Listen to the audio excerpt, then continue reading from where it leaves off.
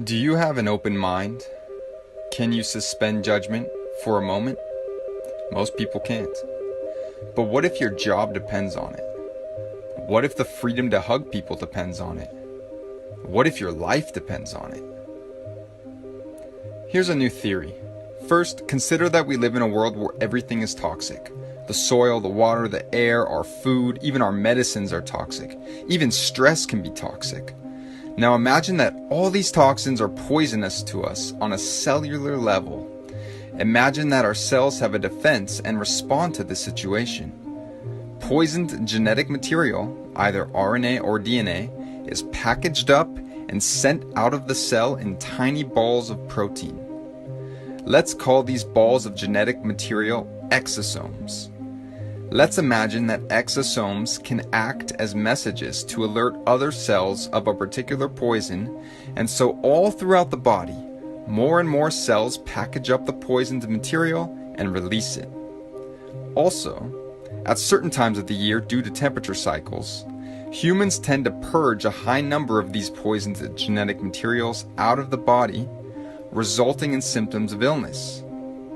These exosomes neither cause illness nor are they infectious, though they do appear to spread throughout the body. Now, that's exosome theory. Let's move on to the established theory of viruses. Viruses are generally regarded as not alive.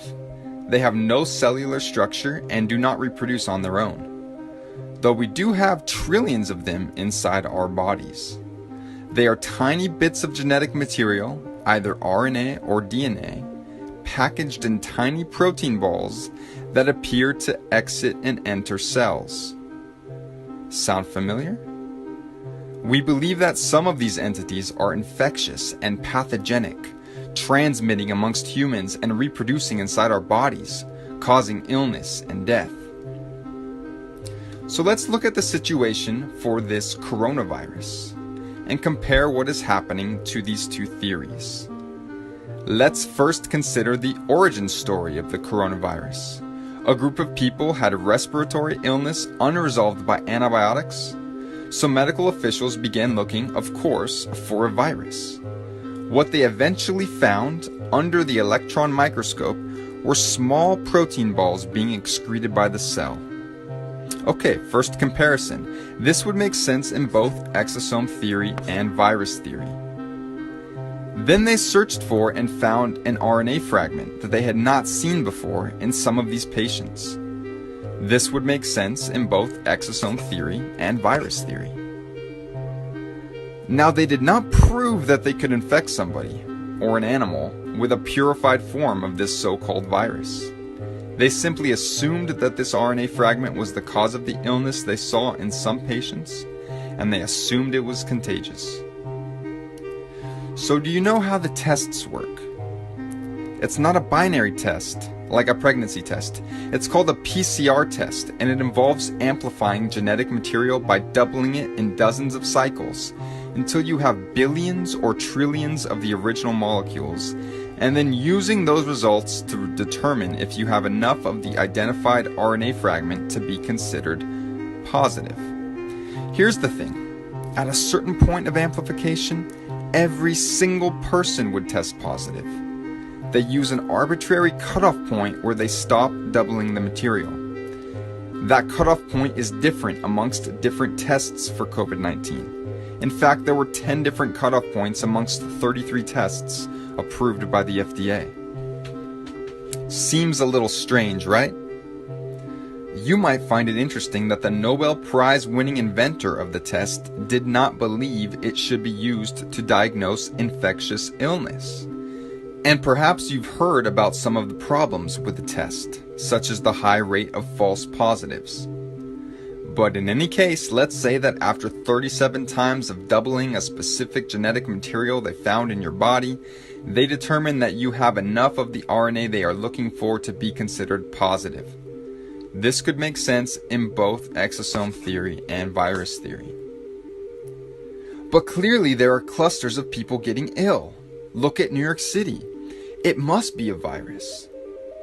However, if you are being poisoned by something in your environment, it's likely people near you are too. And if we commonly purge these poisons during specific times of the year, many people may have symptoms of illness all at once.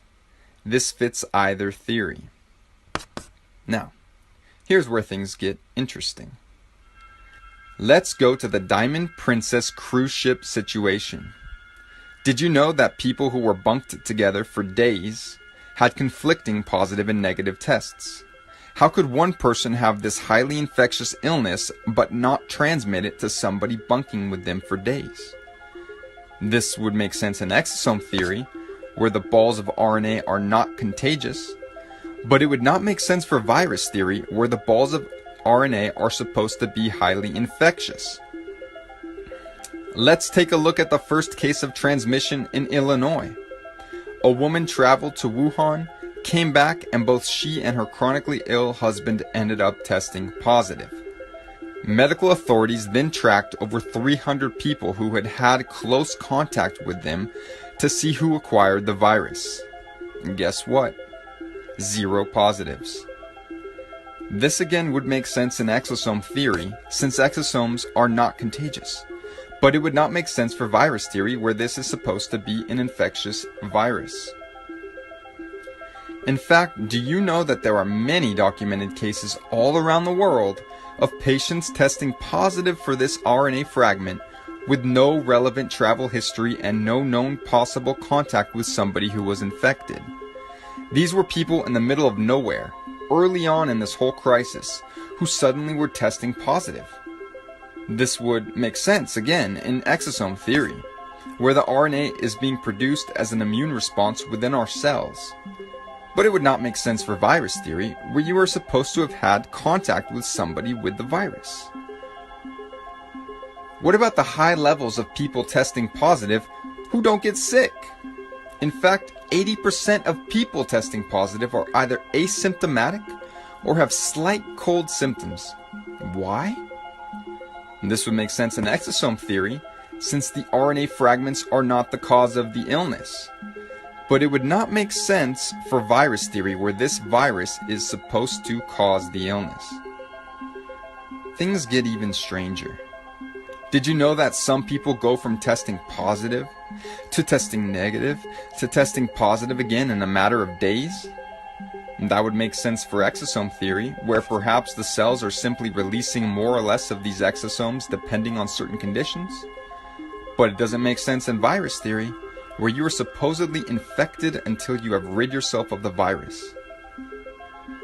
So which of these theories seems more likely to you? What if you heard that there are virologists who believe that viruses are actually exosomes? What if I told you that doctors and other scientific experts also believe this? Ultimately, regardless of which theory you believe in at this point, the established infectious virus theory or the emerging theory of exosomes, how confident are you in the PCR test? Are you really interested in having your life hinge on the results you get from this potentially meaningless test? Do you want your loved ones tested? Do you want to be tested? Or shall we perhaps refuse the test?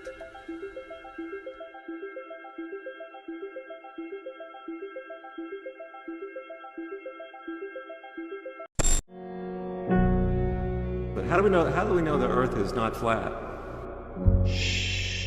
The Earth is flat.